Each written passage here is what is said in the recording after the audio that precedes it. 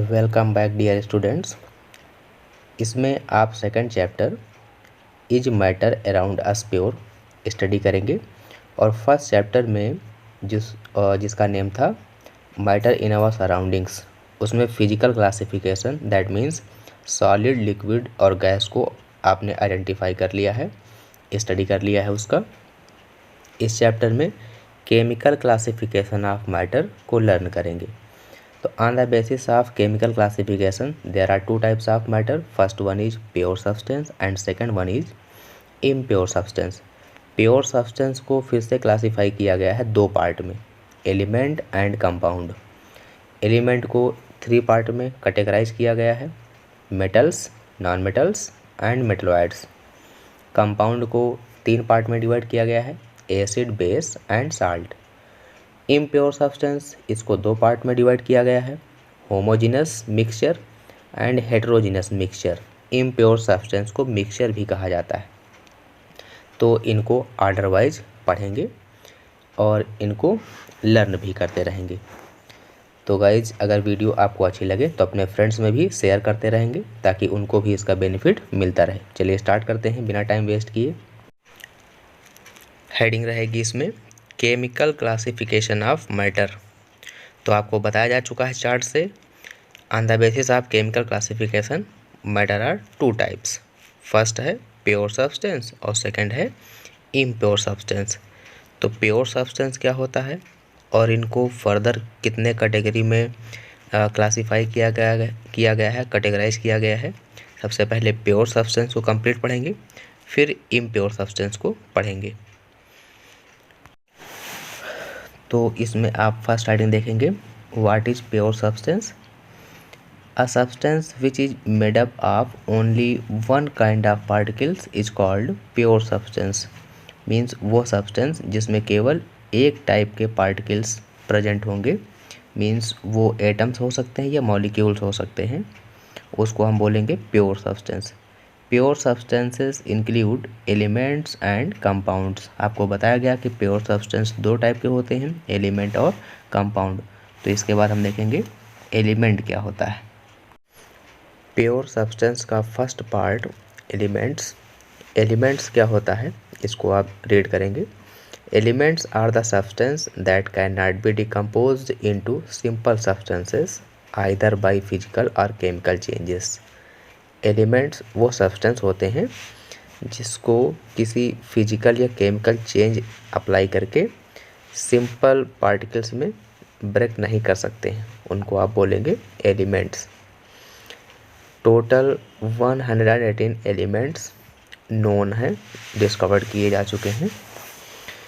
92 elements are found in earth crust, means 92 elements इसमें से nature में पाए जाते हैं और रिमेनिंग अदर एलिमेंट्स वो मैन मेड हैं जो कि न्यूक्लियर रिएक्शन से आर्टिफिशियली बनाए गए हैं। और इन्हें मीन्स एलिमेंट्स को 3 पार्ट में क्लासीफाई किया गया। It is classified into following classes, metals, non metals and metalloids. Metals क्या होते हैं, इनको कैसे डिफाइन करा जाएगा? Metals are those substances which have tendency to loss electrons to form positive ions. Means metals वो एलिमेंट या सब्सटेंस होते हैं जिनके पास टेंडेंसी होती है इलेक्ट्रॉन को लॉस करके पॉजिटिव आयन बनाने की। एग्जांपल्स आप ध्यान रखेंगे, कुछ मेटल्स लिए गए हैं यहाँ पर। सोडियम जिसका सिंबल होता है Na, capital N small a, आपको लर्न हो चुका होगा 30 तक एलिमेंट्स का एटॉमिक नंबर और symbol. Potassium, copper, iron, silver, aluminium, ये सब मेटल्स हैं। नॉन मेटल की डेफिनेशन जस्ट अपोजिट है मेटल्स की। Non-metals are those substances which have tendency to accept or gain electrons to form negative ions. Means elements या फिर substance जिनकी tendency होती है इलेक्ट्रॉन को एक्सेप्ट करके नेगेटिव आयन बनाने की, उनको बोलते हैं नॉन मेटल्स। कुछ एग्जांपल्स दिए गए हैं, hydrogen, carbon, nitrogen, oxygen, sulphur, chlorine, ETC। वैसे तो बहुत सारे एग्जांपल्स हैं नॉन मेटल्स के। इसके बाद देखते हैं मेटलॉइड्स। जिसमें मेटल और नॉन मेटल दोनों की प्रॉपर्टी होती हैं, उनको मेटलॉइड्स बोला जाता है। डेफिनेशन आप देख लेंगे मेटलॉइड्स का भी।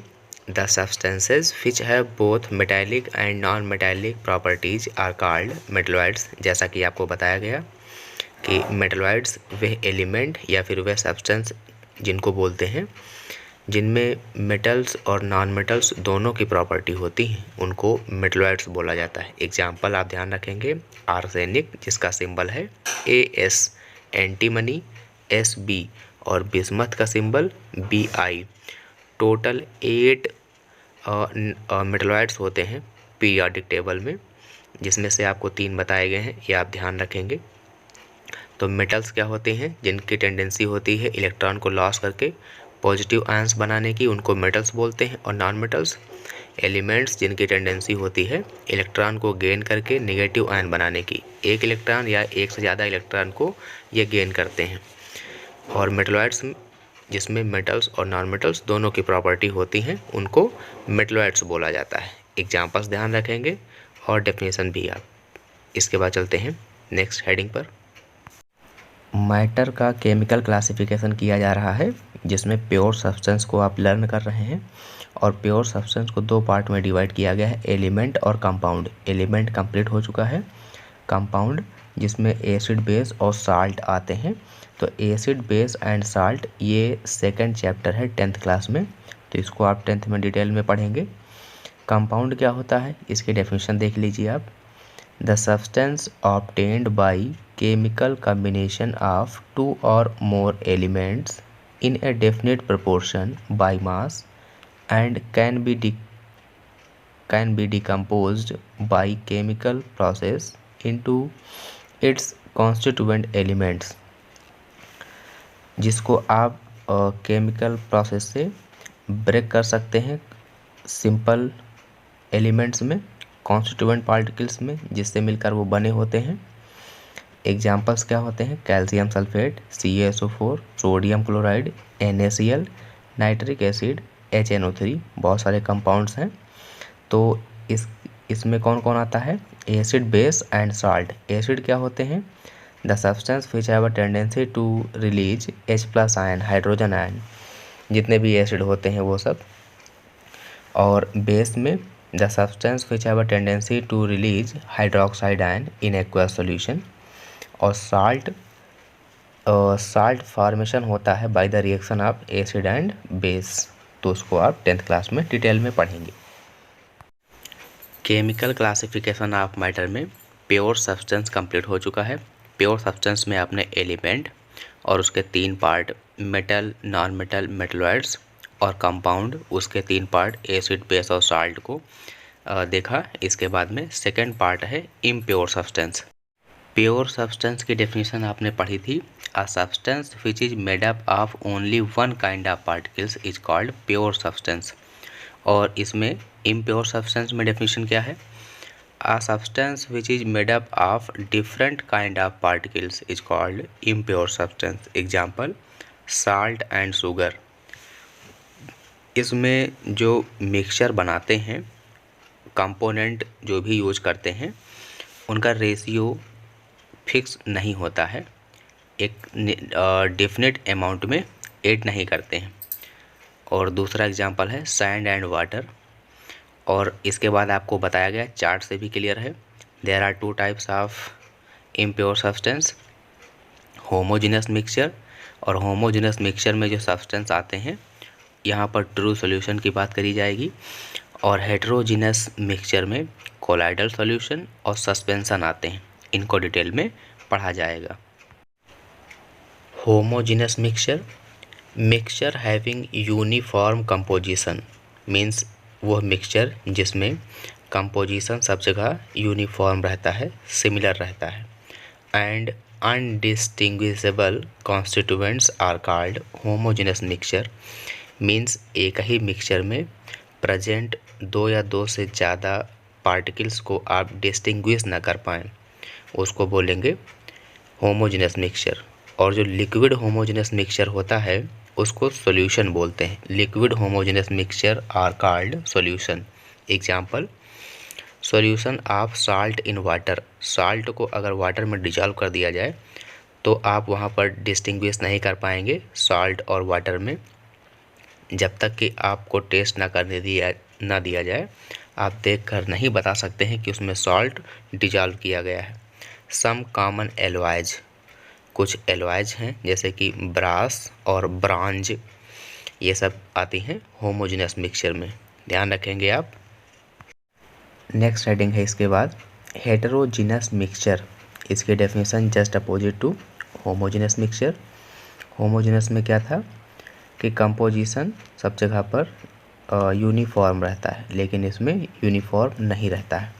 Mixture that do not have uniform composition are called heterogeneous mixture.